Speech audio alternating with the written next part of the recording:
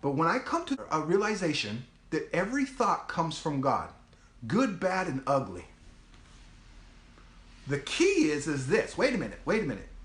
You have to hear me out before you get, what? That's crazy, Paul. Before you jump off here, you have to hear me out, okay?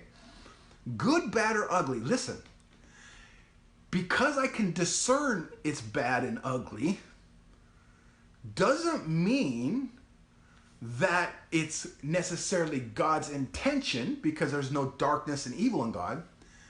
But the fact that the thought come means that when I take that thought captive to the obedience of God, to the obedience of Christ, I'm learning his perspective of that thought. Okay?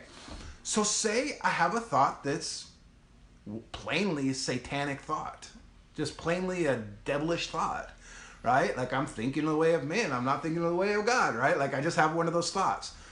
So what if that thought is really the voice of God?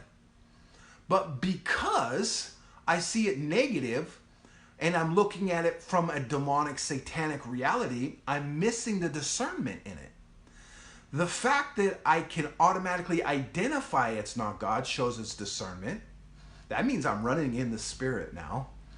The fact that I take the thought captive to the obedience of Christ, meaning I'm taking it to his opinion, to his perspective, to his reality, to his concept, and I'm saying, what do you think?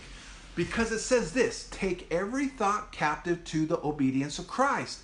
Every thought captive. Why does it say? You got to let this sink in, guys. Why does it say take every thought captive? Is it possible because every thought comes from God?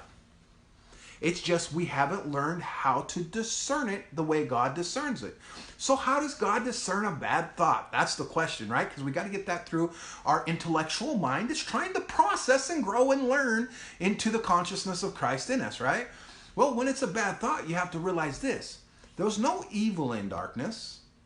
Or excuse me, I said that wrong. There's no evil in God and there's no darkness in God, right? So if there's no evil in God and there's no darkness in God, I have to realize that God never discerns after evil and darkness, right? So that I have to realize that. So what does he discern at?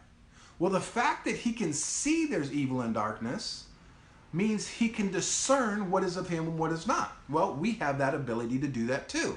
Well, the fact that you can see that, the fact that you can notice that, shows that you're running in the Spirit of God. Now, check this out. The reality is this. When God gives a judgment call to this, now hear me out. When God judges that, he's judging it after righteousness. Why? Is because he can never judge outside of righteousness. Remember, God cannot judge in sin and death. I know it's hard to swallow. I know it's against all of our traditional teaching, but he cannot judge after sin and death. Why? It's because there's no death in him. There's only life. There's no darkness in him, right? Because there's none of that in him, he can't judge according to that. So his judgment is righteous. So the key is here, when God looks at good and evil, he discerns. It's like Adam and Eve in the garden. Adam and Eve, right? What God told them, don't eat of that lest you surely die. He was not putting judgment on them. He was not setting them up to fail. God was simply giving them his discernment, right? So he was teaching them discernment. It says also in, I think it's Hebrews chapter 5, verses 12 through 14. It says, do I got to take you back to the word of righteousness? Who's the word? Jesus. Whose righteousness is Jesus? Do I got to take you back to the word of righteousness? And do I got to teach you the first principles and oracles of God? Listen, the key here is this.